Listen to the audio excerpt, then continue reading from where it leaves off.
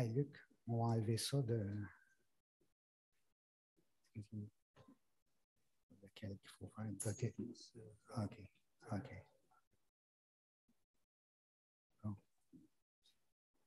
Alors, bonjour, frères et sœurs. Ce matin, nous allons lire un texte dans l'Évangile de Luc. Mais avant d'aller, je vais vous poser quelques questions. Une occasion manquée, c'est le titre de mon message ce matin. Qu'est-ce que c'est une occasion manquée, une occasion ratée? Hein? Je pense que dans nos vies, ça arrive souvent qu'on rate des belles occasions. En particulier, une occasion manquée, ça peut être un achat, un bon deal, une bonne affaire qu'on regrette de ne pas avoir fait. Ça a passé sous notre nez. Et puis, quand ça a passé, on n'a pas réagi. Et quand on s'est décidé, il était trop tard. Hein? On a manqué l'occasion, une bonne occasion. Autre genre d'occasion manquée, par exemple, un événement auquel on aurait pu assister. Hein? Un mariage de quelqu'un qui compte pour vous, mais vous avez négligé de répondre à l'invitation. Vous n'êtes pas allé à ce mariage-là. Par la suite, vous y repensez, puis vous dites « J'aurais dû être là. Hein? » L'anniversaire de quelqu'un, hein, vous oubliez pensez pas de le souligner. Votre présence à un événement important pour quelqu'un d'autre, comme par exemple un de vos enfants qui fait un spectacle à l'école, et puis, hop, vous n'êtes pas là. Et, votre enfant, il ressent ça comme vraiment une blessure pour lui, il peut ressentir ça comme une blessure. Mais là, vous réalisez que c'est une occasion que vous avez manqué de démontrer de l'attention, de l'amour envers cette personne-là. Ça peut être simplement d'assister à une activité sportive d'un de vos enfants. Et puis, ça devient une occasion manquée parce qu'il aurait tellement aimé que vous l'encouragiez, que vous soyez là. Donc, une occasion manquée, une occasion ratée, hein, c'est quelque chose c'est quelque chose de bien qu'on aurait dû faire et qu'on n'a pas fait. Okay? C'est quelque chose de bien qu'on aurait dû faire et qu'on n'a pas fait. Et il y a une certaine dimension morale dans une occasion manquée. Il y a un aspect moral là-dedans. On sent qu'on a manqué quelque chose, puis ça nous touche un peu ça nous touche au niveau de notre conscience. Notre conscience nous parle. Hein? Il y a un aspect moral dans les occasions manquées. C'est ce qu'on appellerait un péché par omission. On pêche beaucoup par nos actions, nos paroles, mais il y a beaucoup de péchés dont on ne prend pas conscience qui sont des péchés par omission. On aurait dû faire et on n'a pas fait. Et c'est une faute devant Dieu parce qu'il nous appelait à faire cette chose-là, à le glorifier dans cette chose-là, mais on ne l'a pas fait. C'est un péché par omission, mais c'est un péché aux yeux de Dieu, c'est une offense morale qu'on fait envers Dieu. Par exemple, un exemple un petit peu plus, disons, proche de l'Église, par exemple, c'est si l'Esprit de Dieu vous met à cœur, vous met dans votre conscience, par exemple, d'aller visiter un malade, un frère, une sœur qui est malade, qui est à l'hôpital, et que vous devriez aller visiter. L'Esprit vous met à cœur, va le visiter, ça pourrait l'encourager, ça pourrait le fortifier. Et vous vous occupez de vos affaires, puis vous laissez l'occasion passer, vous n'y allez pas. Un coup de téléphone à quelqu'un qui se sent seul dans l'Église. Le Saint-Esprit vous le met à cœur. Appelle donc tel frère. Ça fait longtemps que tu ne l'as pas vu. Peut-être que ça l'encouragerait si tu l'appellerais. Tu ne le fais pas. C'est Dieu qui nous parle de ces occasions-là. Puis nous, on n'écoute pas l'Esprit, puis on manque ces occasions-là de servir Dieu auprès des autres et de le glorifier de cette façon. Donc, il y a plusieurs occasions manquées ou ratées qui peuvent arriver dans nos vies Et puis, je pense qu'il faut en prendre conscience et puis essayer d'être plus sensible à l'Esprit de Dieu lorsqu'il nous appelle à faire quelque chose. Jésus nous a donné quelques paraboles intéressantes. On va juste passer rapidement. Quelques paraboles qui nous parlent d'occasions manquées, importantes concernant la volonté de Dieu. Alors ici, on voit 3 paraboles que le Seigneur a données. La parabole du bon Samaritain. Hein, dans la parabole du bon Samaritain, on voit que les prêtres juifs passent devant un homme qui a été attaqué par les brigands, qui est là sur le bord de la route, qui est en grande souffrance. Et puis, les prêtres juifs passent sans se préoccuper de cet homme-là, et puis s'en vont leur chemin. Et ils le laissent à demi-mort sur le bord du chemin. Jésus enseigne que ça a été vraiment une occasion manquée là, pour les prêtres juifs. C'est un Samaritain qui est venu et puis qui a fait la chose qu'eux auraient dû faire parce que c'est eux qui connaissaient davantage la parole de Dieu puis le grand commandement, tu aimeras ton prochain comme toi-même. Une autre parabole, la parabole d'un homme qui donne un grand repas dont tous les invités se mirent à s'excuser pour ne pas venir. J'ai un champ à voir, j'ai des bœufs à essayer, je viens de me marier. Chacun avait une raison, une justification pour ne pas répondre à l'invitation qui leur est faite. Le Seigneur, il donne cette parabole-là pour nous parler de l'invitation qu'il nous fait, lui, d'entrer dans le royaume de Dieu, d'entrer dans le royaume des cieux, de venir à Jésus, mais on néglige l'invitation et puis on ne vient pas.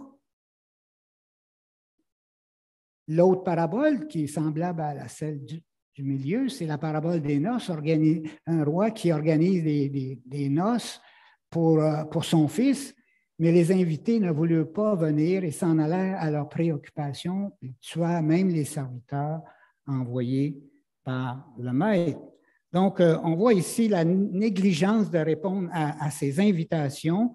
Et ces invitations qui sont des paraboles qui nous parlent justement de Dieu, qui nous appellent à venir à Christ et d'entrer dans le royaume de Dieu. Ce matin, le récit qu'on va regarder, ce n'est pas une parabole, c'est un fait réel qui s'est passé dans l'histoire de Jésus. Et on va lire dans Luc chapitre 17, les versets 11 à 19, ce texte qu'on va regarder ensemble ce matin. Au cours de son voyage, au verset 11, au cours de son voyage vers Jérusalem, Jésus passait entre la Samarie et la Galilée. Donc, il est en route vers Jérusalem et puis là, il passe dans une région qui est un petit peu transitoire entre 2 régions qui est sur le chemin, sur son chemin, là. Et donc, Jésus passait entre la Samarie et la Galilée. Comme il entrait dans un village, 10 lépreux vinrent à sa rencontre et se tenaient à distance. Ils élevèrent la voix et dirent « Jésus, Maître, aie pitié de nous. » En les voyant, il leur dit « Allez vous montrer au sacrificateur. » Et pendant qu'ils y allaient, il arriva qu'ils furent guéris, purifiés. L'un d'eux, se voyant guéri, revint sur ses pas et glorifia Dieu à haute voix. Il tomba face contre terre aux pieds de Jésus et lui rendit grâce. C'était un Samaritain. Jésus prit la parole et dit, « Les 10 n'ont-ils pas été purifiés? Mais les 9 autres, où sont-ils? Ne s'est-il trouvé que cet étranger pour revenir et donner gloire à Dieu? » Puis il lui dit, « Lève-toi, va. Ta foi t'a sauvé. » Donc, une occasion ici manquée par 9 lépreux et une occasion saisie par un des lépreux. Alors, on regarde ici la rencontre que Jésus fait avec les 10 lépreux. Bon, au cours de son voyage vers Jérusalem, Jésus passait entre la Samarie et la Galilée. Comme il entrait dans un village, 10 lépreux vinrent à sa rencontre et se tenaient à distance. L'idée de se tenir à distance, c'est parce que justement, ils étaient des lépreux Et parce qu'ils étaient des Hébreux, des lépreux, la loi disait qu'ils ne pouvaient pas se mêler avec la communauté, avec les autres membres du peuple. Ils devaient se tenir à l'écart, et puis lorsqu'ils voulaient parler, ils devaient se mettre la main devant la bouche, comme ça, par-dessus leurs lèvres, et puis crier à distance et ne pas s'approcher des gens. Alors, ces gens-là, ils vivaient vraiment une sorte d'isolement social très important. Ils étaient regardés avec méfiance et puis on n'osait pas s'approcher d'eux. Alors, ils se tenaient à distance. Ils ont su que Jésus passait là. Ils sont venus près de lui, mais ils se tenaient à distance et ils ont élevé la voix et ils ont dit, « Jésus, Maître, aie pitié de nous. » Alors, ici, un point que je veux souligner, c'est le terme « maître » qui est employé. Souvent dans les Écritures, dans les Évangiles, le terme « maître » fait référence à « enseignant ». En termes grecs, c'est « didaskalos », c'est-à-dire une personne qui enseigne la parole de Dieu. Mais le terme ici, ce n'est pas le terme habituel pour l'idée d'un maître qui enseigne. C'est le terme « épistata ». Épistata, c'est un terme qui parle d'une personne qui est en position d'autorité, qui a le pouvoir de faire quelque chose. Okay? Donc, les lépreux, en appelant Jésus épistata, c'est qu'ils reconnaissent en lui qu'il a un certain pouvoir de faire quelque chose pour eux. Il a une autorité pour agir. Et c'est pour ça qu'ils viennent à lui et puis ils lui lancent leur cri d'avoir pitié d'eux. Donc, on voit dans ça tout de suite que ces lépreux-là avaient une certaine foi. Il y avait une foi en Jésus. Parce qu'ils voyaient en lui quelqu'un qui avait de l'autorité, qui avait un pouvoir pour agir, puis remédier à quelque chose dans leur vie, et les soulager, puis intervenir. Alors, ils sont allés vers lui et ils ont crié de le secourir, d'être secourus par lui, et pitié de nous. La réponse de Jésus et la guérison, ça c'est ce qui suit. En les voyant, il leur dit, « Allez vous montrer au sacrificateur. » Alors, qu'est-ce que ça veut dire? Allez vous montrer. Jésus, il ne leur dit pas, « Tu es guéri, il n'est pas touché, il n'a pas rien fait. » Il leur a simplement demandé d'aller se montrer au sacrificateur. Alors, ici, il faut comprendre que l'idée que Jésus est en train de leur dire, allez vous montrer au sacrificateur, il est en train de leur demander de poser un acte de foi en lui, de lui obéir, puis d'aller voir les sacrificateurs sans être guéri. Parce que dans la loi de Moïse, on allait voir le sacrificateur justement pour que le sacrificateur authentifie une guérison, une purification d'un lépreux. Le lépreux, selon la loi de Moïse, lorsqu'il était guéri, lorsqu'il était purifié, allait voir le sacrificateur. Le sacrificateur l'examinait, il voyait que la lèpre était disparue et là, il proclamait que cette personne-là était purifiée de la lèpre et qu'il pouvait maintenant réintégrer la communauté, pareil comme quelqu'un qui n'aurait pas aucune maladie. Alors, ce que Jésus est en train de leur dire ici, c'est poser un acte de foi, allez, faites la démarche d'aller vers les sacrificateurs comme si vous étiez guéris. Mais quand il leur dit ça, là, ils sont pleins de lèpre, ils ne sont pas guéris. Mais qu'est-ce qu'ils font? Le texte nous dit qu'ils y vont. Ils y vont. Ils posent un acte de foi en Jésus. Et pendant qu'ils y allaient, voici la réponse à leur foi, pendant qu'ils y allaient, il arriva qu'ils furent purifiés. Voilà la réponse à leur obéissance de foi. Il arriva pendant qu'ils s'en allaient, qu'ils furent purifiés. Alors ici, on voit dans un dernier temps la réaction des lépreux à leur guérison. Alors, Luc décrit la réaction d'un des lépreux qui vient de prendre, il s'en va là, vers le sacrificateur, il part avec la lèpre, puis en cours de chemin, il regarde ses mains, il se regarde, il voit. Il dit, je suis guéri. J'ai plus de lèpre. Il se voit guéri. Il prend conscience de sa guérison. Et puis, il est tout. Là, Luc, qu'est-ce qu'il fait dans le texte? Il nous montre l'exubérance des réactions, des sentiments, de la joie qui habite cet homme-là, qui vient de prendre conscience que, hey, je suis guéri.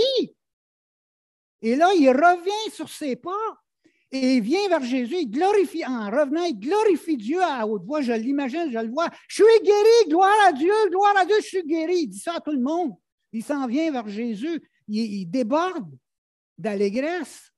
Il tombe la face devant Jésus à ses pieds, en signe de reconnaissance, d'adoration, et il lui rend grâce. C'était un Samaritain.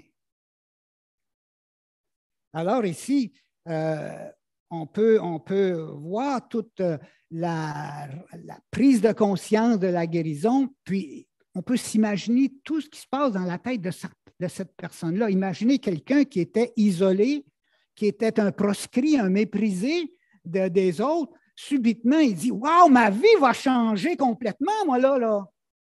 Je réintègre la société, je vais pouvoir travailler, je vais pouvoir gagner ma vie, je vais pouvoir fonder une famille. » Imaginez tout ce qui est impliqué dans cette guérison-là. Alors, il peut bien revenir, puis en plus, c'est un Samaritain. Jésus, un Juif, m'a guéri, moi, un Samaritain. Non seulement j'étais lépreux proscrit, mais encore, selon l'ensemble de la société de ce moment-là, un Samaritain, c'était quelqu'un aussi de méprisable. Quelqu'un qui ne faisait pas partie du peuple juif. Et pourtant, Jésus l'a guéri. Quelle reconnaissance cet homme-là devait avoir pour toutes ces raisons de sa guérison et de revenir puis glorifier Dieu de cette guérison. Maintenant, Luc va s'attarder sur excusez, pas ça ici. Luc va s'attarder sur la déception, les versets 17 et 18. Le verset 15 et 16 nous parle de la réaction de ce lépreux guéri, samaritain, mais les versets 17 et 18 nous parlent de la déception de Jésus. Jésus, ici, il a pris la parole, il a dit, mais les 10, est-ce que je ne l'ai pas purifié? Est-ce que Dieu n'a pas purifié 10 lépreux? Les 9 autres. Les 9 autres, où sont-ils? Ne s'est-il trouvé que cet étranger pour revenir et donner gloire à Dieu? Alors, on voit que Jésus, là, il est très déçu de cette situation qui vient de se passer. Et c'est toujours le but. Il faut comprendre que dans la vie de Jésus, le but de la vie de Jésus, de toutes ses guérisons, de tous ses miracles, de tout ce qu'il fait, c'est la gloire de Dieu. C'est la gloire de son Père. Et le but de cette intervention de Jésus dans la vie de ces lépreux, c'est que ces lépreux viennent glorifier son Père, viennent rendre gloire à Dieu, viennent prendre conscience de ce que Dieu a fait pour eux dans leur vie et qui réagissent en glorifiant Dieu, en venant l'adorer, en reconnaissant cette intervention de Dieu dans leur vie. Puis là, Jésus, il voit qu'il y a 9 personnes qui semblent rester indifférentes à ce qu'ils viennent de recevoir comme grâce de Dieu dans leur vie. C'était des gens du peuple de Dieu. C'est eux autres qui auraient dû en premier, eux autres qui connaissaient la parole, eux autres qui avaient reçu les promesses, le peuple juif, le peuple d'Israël. C'est eux qui auraient dû réagir, puis venir se jeter aux pieds de Jésus, puis glorifier Dieu. Mais ils sont absents. Et c'est ça qui déçoit Jésus. Son propre peuple ne réagit pas à cette intervention extraordinaire de Dieu dans leur vie. C'est réellement une occasion ratée, complètement ratée pour ces personnes-là. Et Jésus en est profondément attristé. Le dernier point du texte nous parle de Jésus qui se tourne vers le Samaritain guéri, là, le lépreux qui vient d'être guéri, et lui dit, « Lève-toi, va, ta foi t'a sauvé. » Le terme ici, il y a dans ce texte-là, c'est intéressant, il y a 2 fois le terme purifié, parce que normalement, quand on parle d'un lépreux, on utilise beaucoup l'idée de purification. La chair est purifiée de cette lèpre qui la recouvre. Mais aussi, être purifié, c'est être guéri. Il y a une fois l'utilisation du terme guéri, mais du terme guéri, vraiment, comme on dit, une guérison d'une maladie. Mais en dernier, il y a un 3e terme, mais certaines versions, au lieu de dire ta foi t'a sauvé, vont dire ta foi t'a guéri. Mais le terme sauvé est différent des 2. Il y avait un terme pour purifier, il y avait un terme propre pour guérir, et maintenant, il y a un autre terme en grec pour sauver, qui est sozo, qui est un mot qui, dans certaines situations, peut être traduit par guéri, mais qui est aussi traduit souvent par sauver. Sozo, c'est le verbe sauver. Et je pense que ce que Jésus est en train de dire aux Samaritains ici, que non seulement il vient de bénéficier d'une guérison physique, mais encore plus que ça, il vient aussi de bénéficier d'une guérison de son âme. Ce qu'il vient de recevoir de la part de Jésus, puis cette réaction qu'il a manifeste que quelque chose qui est plus qu'une guérison physique s'est passé dans sa vie. Pour revenir comme ça, à se jeter aux pieds du Seigneur et puis glorifier Dieu comme il l'a fait, eh bien, le Seigneur lui dit, va, ta foi t'a sauvé. Puis quand il dit ça, il est en train de lui dire, ton t'a sauvé dans le sens que ta foi t'a rendu la santé, l'intégrité de ta personne. Pas seulement ton corps est guéri, mais ton âme aussi est sauvée. C'est comme la réaction du lépreux samaritain ici, c'est comme celle de Zachée dans l'évangile de Luc. Zachée, vous savez, c'était un collecteur d'impôts. Zachée, c'était quelqu'un qui était un chef des collecteurs d'impôts, qui travaillait à la solde des Romains. Il percevait les taxes, puis il remettait ça aux Romains. Et puis, il y avait tout un système là-dedans qui pouvait être très irritant pour les Juifs. Et Zachée, comme percepteur d'impôts, comme publicain, était regardé avec mépris, un peu comme on regarde les Samaritains. Ce n'est pas des gens du peuple de Dieu, c'est des traîtres. Puis Zachée qui entend que Jésus passe, il monte dans un arbre parce qu'il n'était pas grand. Jésus passe à côté de lui, puis il dit, Zachée, aujourd'hui, descends de l'arbre, je m'en vais manger dans ta maison. Et puis Zachée, il est bouleversé.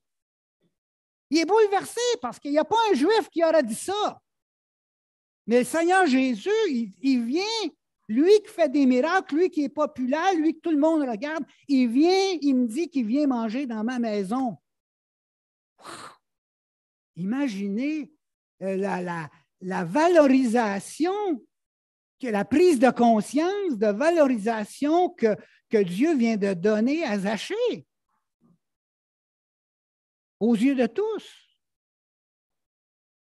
Et puis, c'est quoi la réaction de Zachée? C'est un peu comme celle du Samaritain. Et il dit, Seigneur, je donne la moitié de mes biens aux pauvres. Puis si j'ai fait du tort à quelqu'un, ben je lui rembourse 4 fois ce que je l'ai privé. Et qu'est-ce que Jésus dit? Aujourd'hui, le salut est entré dans cette maison. Un peu comme c'est ça que Jésus est en train de dire ici au Samaritain. Va, ta foi t'a plus que guéri. Ta foi t'a sauvé, t'a transformé. Tu es un homme nouveau maintenant. Donc, le salut l'avait atteint et il en manifestait les signes. Vous savez, quand on est sauvé, ça ne peut pas nous laisser comme si rien ne s'était passé. C'est un événement trop grand, le salut. La rencontre de Jésus, personnellement, la communion avec lui, là, si on persiste là-dedans, ça bouleverse la vie. Ça ne peut pas ne rien faire, ne rien produire dans toute notre façon de penser, de voir et d'agir. Si ça ne se produit pas ça, mais posons-nous des questions. Quelle sorte de relation qu'on entretient avec Jésus, avec Dieu? On se dit racheter, mais est-ce qu'on en manifeste les signes? Puis les signes d'un racheté, là, c'est quoi? C'est la reconnaissance envers Dieu, l'action de grâce, la joie qui déborde. Merci Seigneur. C'est un regard sur la vie qui est différent et dans lequel on voit la bénédiction de Dieu dans nos vies et puis on est transformé par cette vision nouvelle qui vient. Ce matin, j'aimerais aborder le thème donc de la reconnaissance, de l'action de grâce. C'est l'action de grâce aujourd'hui, mais je pense que ce texte-là nous interpelle aussi sur la question de la reconnaissance. Ici, il y a un Juif, il y a un Samaritain qui a saisi l'occasion d'une action de grâce profonde envers Jésus, puis il y en a 9 qui l'ont raté. Et on va réfléchir un petit peu sur la question de l'action de grâce. Il y a 2 aspects que j'aimerais souligner.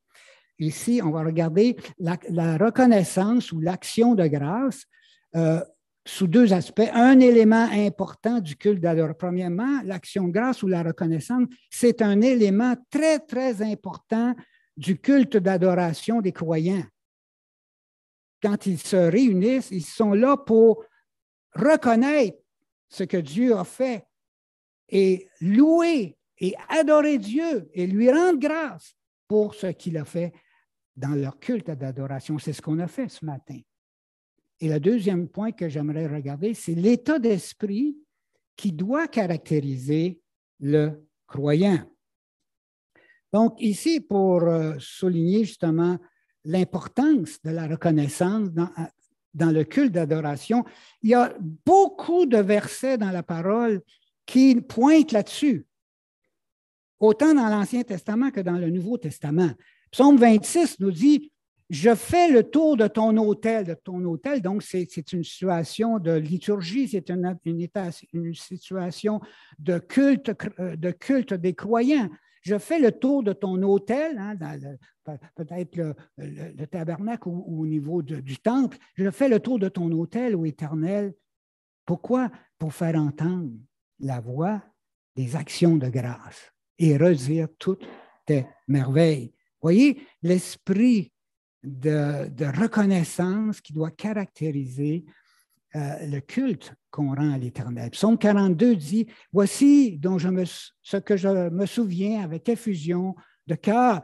Je marchais avec la foule et m'avançais avec elle vers la maison de Dieu, le temple, hein, au milieu des acclamations et de la reconnaissance d'une multitude en fête. » Ça, c'est l'esprit de la parole de Dieu. L'esprit de ceux qui sont remplis, justement, de la présence de Dieu, qui prennent conscience du salut de Dieu, qui prennent conscience des bénédictions de Dieu. Ils se réunissent, ils viennent à la maison de Dieu avec des acclamations, avec reconnaissance, dans un esprit de fête, de joie. Psaume 50, verset 14, « En sacrifice à Dieu ». Mais qu'est-ce qu'on peut offrir? On ne peut pas. Même dans l'Ancien Testament, le psaume 50 nous dit que ce n'est pas les sacrifices d'animaux qui intéressent le Seigneur. C'est notre cœur reconnaissant envers tout ce qu'il est et tout ce qu'il fait pour nous. Offre à Dieu la reconnaissance. C'est ça le sacrifice de louange que Dieu attend de notre part. Offre la reconnaissance à Dieu. Quand tu viens à la maison de Dieu, offre la reconnaissance à Dieu. Psaume 50, 23, « Celui qui offre pour sacrifice des actions de grâce me glorifie. » Wow, c'est quelque chose, ça. Quand on donne à Dieu la reconnaissance de ce qu'il a fait, qu'on lui donne le bénéfice, qu'on lui fait l'action de grâce pour ce qu'il a accompli, on est en train de le glorifier, de lui rendre un culte, de l'adorer, de l'élever. Deuxième série de versets, Psaume 95, verset 2. Allons au-devant de lui avec des louanges. Le terme louange, puis le terme reconnaissance, dans certaines versions, on utilise reconnaissance, c'est le même terme. C'est un terme, là, le terme de reconnaissance, le terme qui est utilisé là, en hébreu, c'est un terme qui s'exprime soit par l'idée de reconnaissance, soit par l'idée de louange qui résulte justement de cette reconnaissance qui est là. Ça s'est traduit à d'autres places par action de grâce, mais c'est toujours le même terme qui est utilisé en hébreu. Allons au-devant de lui avec des louanges ou avec reconnaissance. Faisons retentir des cantiques en son honneur. Psaume 100, verset 4. Entrez dans ses portes avec des louanges ou de la reconnaissance.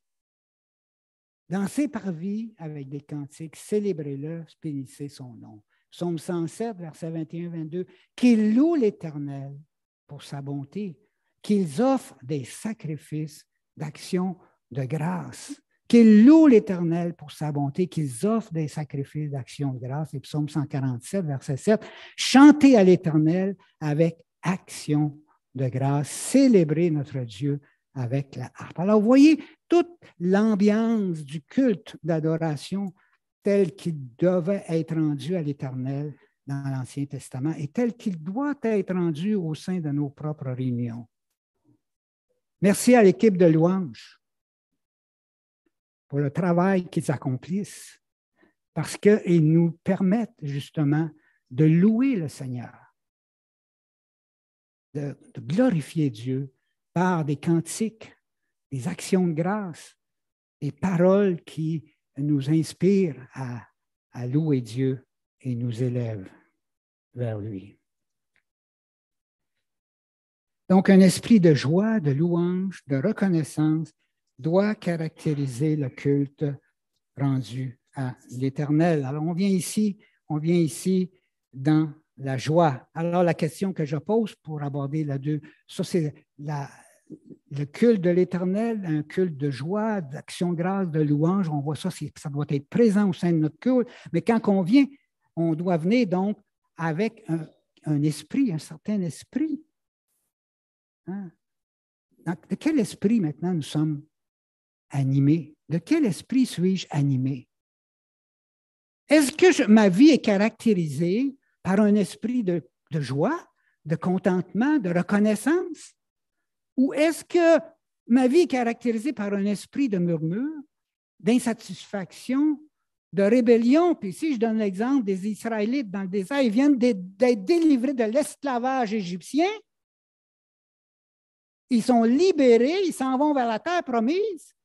Et puis, pendant tout leur trajet, ils ne cessent de critiquer, de murmurer. Puis, ils vont jusqu'à dire, on était bien mieux avant comme esclaves en Égypte.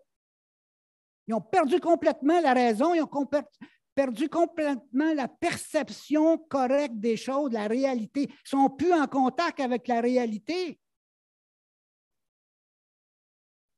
Ils auraient dû être dans un esprit de joie, de contentement, de reconnaissance. On s'en va vers la terre promise. On n'est plus des esclaves, on est des hommes libres. On va pouvoir bâtir nos maisons, fonder nos familles, avoir un pays à nous. Mais ce qu'on entend pendant leur voyage, c'est des plaintes et des murmures et des critiques. De quel esprit suis-je animé? De quel esprit les enfants de Dieu, le peuple de Dieu, les croyants sont-ils animés? Et vous savez, notre esprit, là, ce qui vient dans notre esprit, c'est ça ce qui nous alimente et puis c'est ça ce qui nous fait voir la vie. Comment tu vois la vie? C'est où tu regardes la source de ta joie. C'est où tu regardes ce qui est fondamental, ce qui donne un sens à ta vie, les vraies valeurs, tout ça. Mais si tu ne regardes pas à la bonne place, tu ne seras pas jamais dans la joie. C'est pour ça que c'est tellement important de méditer la parole de Dieu, d'avoir un temps de prière avec Dieu, de se réunir avec les frères et sœurs, d'entendre l'enseignement de la parole de Dieu pour être renouvelé dans notre entendement, dans notre vision, dans notre perception, puis entrer dans ces réalités nouvelles dans lesquelles Dieu nous a délivrés du pouvoir de Satan pour nous amener dans le royaume de la lumière de son Fils bien-aimé. Mais ce n'est pas automatique, ça prend une démarche, frères et sœurs, constante de s'attacher à ces choses-là. Donc, de quel esprit? Hein? Le diable, lui, il veut s'appliquer à développer en nous un esprit de murmure, d'insatisfaction, de critique et de rébellion. Rapidement, je veux juste mentionner qu'est-ce qu'on doit développer. Hein? Développer un esprit de joie. Le Nouveau Testament dit « développe un esprit de joie ». Paul, là, il écrit plutôt aux Philippiens, il est en prison, Paul. C'est un homme qui a subi toutes sortes de mauvais traitements, qui a été lapidé, qui a été laissé pour mort, qui a fait des naufrages, qui a jeûné, qui a été renié par des personnes, qui a été trahi. Puis Paul, il est dans la joie de son Seigneur. Il ne regarde pas aux choses autour de lui, il regarde à ce qu'il est et ce qu'il a en Christ. Réjouissez-vous toujours dans le Seigneur. Je ne trouve pas ta joie dans les choses du monde passagères, futiles, qui viennent puis qui s'en vont. Au fur et à mesure qu'ils vont s'en aller, tu vas t'effondrer si tu es bâti là-dessus. Mais si tu es bâti sur le chemin, sur le fondement solide de Jésus-Christ, Sauveur, qui t'a mis en contact avec Dieu, qui te réserve la vie éternelle, que ton esprit habite en toi et qui te conduit dans la vie, ça va changer. Vous savez, Jésus, il parle de la vie abondante. Est-ce que vous vivez la vie abondante? La nouvelle vie? Réjouissez-vous dans le Seigneur. Je le répète 2 fois, il dit, puis il le dit dans d'autres places, dans d'autres épîtres. Je le répète, réjouissez-vous. Il faut cultiver la joie, et pour cultiver la joie, il faut regarder au Seigneur ce que nous sommes et ce que nous avons en lui. Développer un esprit de contentement. Vous savez pourquoi on murmure, pourquoi on est critiqueux, pourquoi on n'est pas content? Parce qu'on n'a pas l'esprit de contentement que le Seigneur était habité, que Paul était habité, que les croyants véritables sont habités. On convoite, puis parce qu'on n'a pas, on est bouleversé à l'intérieur, on grinche, on dit qu'on est si, que le Seigneur ne prend pas soin de nous, que si, que ça. J'ai appris. Paul, il dit, encore là, c'est un apprentissage. 2 fois. J'ai appris à me contenter de l'état où je me trouve. Ceux qui n'ont pas écouté mon dernier enseignement que j'ai fait sur la réussite, c'est quoi la vraie réussite? Allez sur le site Internet, regardez parce que ça a un lien quand même avec ça. J'ai appris à me contenter de l'état où je me trouve. Je sais vivre dans l'humiliation, je sais vivre dans l'abondance, en tout et partout. J'ai appris à être rassasié et à avoir faim, à être dans l'abondance et à être dans la disette. Je puis tout par celui qui me fortifie. Ce n'est pas extraordinaire de vivre comme ça. C'est un homme libre, ça. C'est un homme libre, ça. Parce que quand il y a quelque chose, quand il est dans l'abondance, il est content. Puis quand il n'est pas dans l'abondance, dans la privation, il est content aussi. Parce que sa joie, son contentement, sa paix intérieure n'est pas accrochée aux choses du monde qui vont et qui viennent. Elle est en Christ. Solide fondement pour la vie d'un homme. J'ai appris. Mais ça ne vient pas comme ça, là. Vous savez, on apprend. On apprend à devenir ce que Paul était, ce que Christ était. Un esprit de contentement qu'on apprend à vivre avec ça.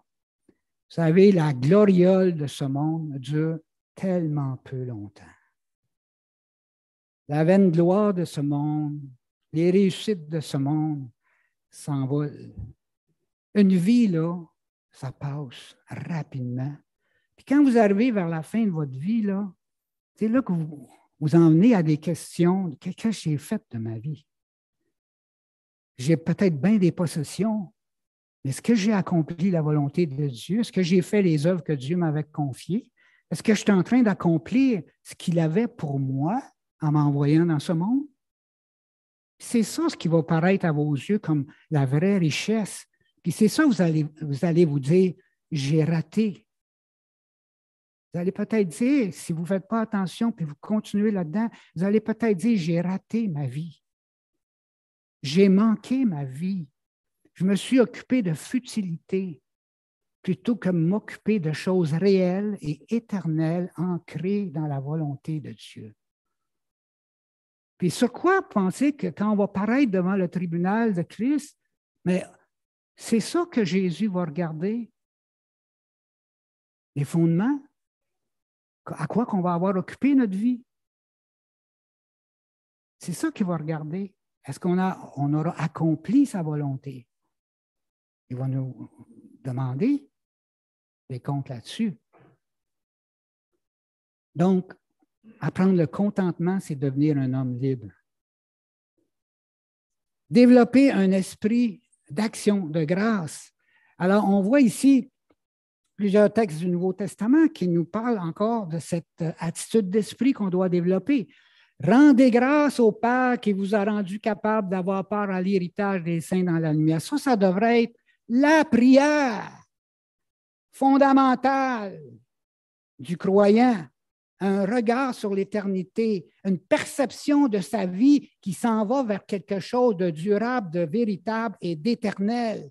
Rendez grâce au Père qui vous a rendu capable en Jésus-Christ d'avoir part à l'héritage des saints dans la lumière. Y a-t-il quelque chose de plus beau, de plus grand, de plus extraordinaire, de plus éternel que notre appartenance au royaume des cieux? Vous allez vous en rendre compte quand vous allez être là. La splendeur de l'héritage des saints dans la lumière. Paul y prie même dans Éphésiens, priez Dieu qui vous donne un esprit de sagesse et de révélation que vous puissiez connaître, comprendre ces choses-là. Rendez toujours grâce pour tout, Éphésiens 5, 20. Rendez toujours grâce pour tout à Dieu le Père au nom de notre Seigneur Jésus-Christ. Rendre grâce pour tout.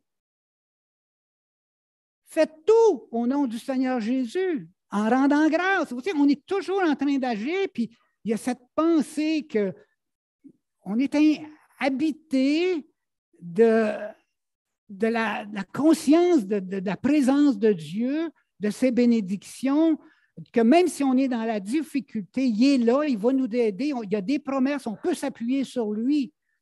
Donc, dans tout ce qu'on fait, en parole ou en œuvre, on rend grâce à Dieu, par lui, à Dieu le Père. Ne vous inquiétez de rien, mais en toute chose, par la prière et la supplication, avec des actions de grâce. Vous pouvez demander des choses, des besoins très profonds, mais juste de dire « Merci Seigneur, je peux prier. Tu m'as donné ce moyen par Jésus-Christ, je peux prier. Pour ma situation, je peux me présenter devant toi. J'ai cette liberté. Tout va mal autour de moi, mais je sais que tu m'entends et que tu vas me soutenir et tu vas me faire passer à travers ces choses-là. Avec des actions de grâce, faites connaître à Dieu vos demandes. En toutes circonstances, rendez grâce, car telle est à votre égard la volonté de Dieu en Jésus-Christ. Vous voulez savoir c'est quoi la volonté de Dieu? 1 Thessaloniciens 5, 18. En toutes circonstances, rendez grâce, car telle est à votre égard la volonté de Dieu en Jésus-Christ. Ça, c'est un apprentissage. Ça ne vient pas du jour au lendemain, frères et sœurs. C'est une démarche de toute une vie chrétienne. Rendez grâce à Dieu en tout et en toutes circonstances. Quand on pense à ça, il doit bien y avoir une façon de regarder les choses positivement quand on vit des situations difficiles. Même en face de l'horreur de la croix, Jésus qui voyait cette horreur de la croix, qui a même prié son Père que c'était possible de l'éloigner de lui. Mais même en face de l'horreur de la croix, Jésus a compris le sens positif de ses souffrances. Il allait mourir pour nous et pour donner gloire à Dieu pour le salut des hommes. Que les hommes qui auraient été sauvés par sa mort allaient se réjouir éternellement.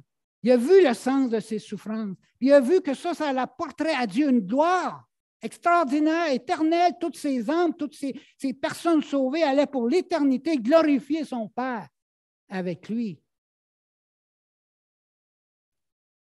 Jésus a compris que dans l'horreur suprême, le fond du puits, il y avait quand même un aspect positif à ses souffrances qui allait rendre gloire à Dieu et accomplir notre salut. Demandez à Dieu de vous aider à voir les aspects positifs de vos situations. Paul a compris que son écharpe dans la chair, il y avait une écharpe dans la chair, quelque chose qui le fatiguait. Il a prié Dieu 3 fois, « Seigneur, enlève-moi cette affaire-là dans ma vie. » Finalement, le Seigneur a dit, il a fait comprendre que cette écharpe-là dans la chair, il allait la garder.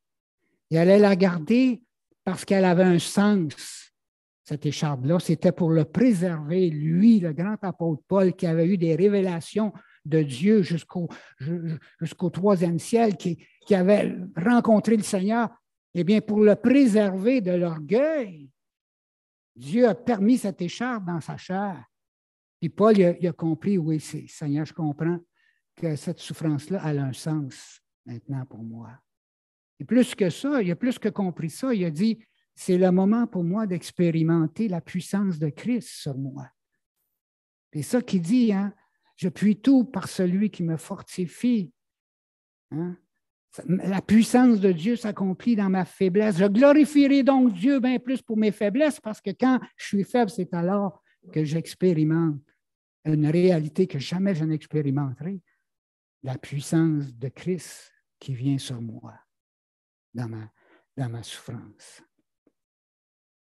Un dernier point juste pour une petite application supplémentaire, apprendre à dire merci autour de nous, développer cet esprit de louange, de reconnaissance, d'action de grâce. C'est très simple. Hein?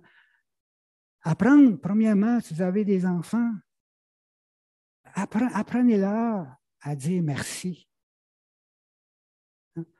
À être reconnaissant de ce qu'ils ont, de ce qu'ils reçoivent. Apprendre aux enfants à dire merci, qu'ils grandissent avec ce réflexe de dire merci.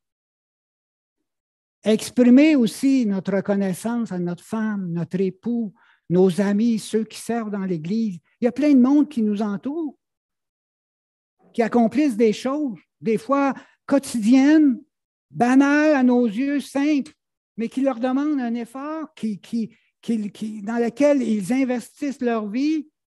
Un simple merci. Merci pour ton dévouement. Merci de ces choses que tu fais pour moi.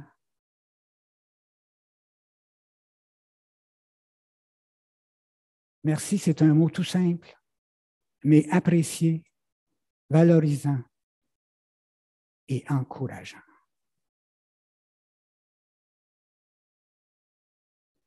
Seigneur, notre Dieu, nous te remercions pour ta parole, Seigneur, qui nous instruit sur tes voies, Seigneur. Merci de cet enseignement ce matin que tu nous donnes à travers cette histoire des lépreux, de leur réaction.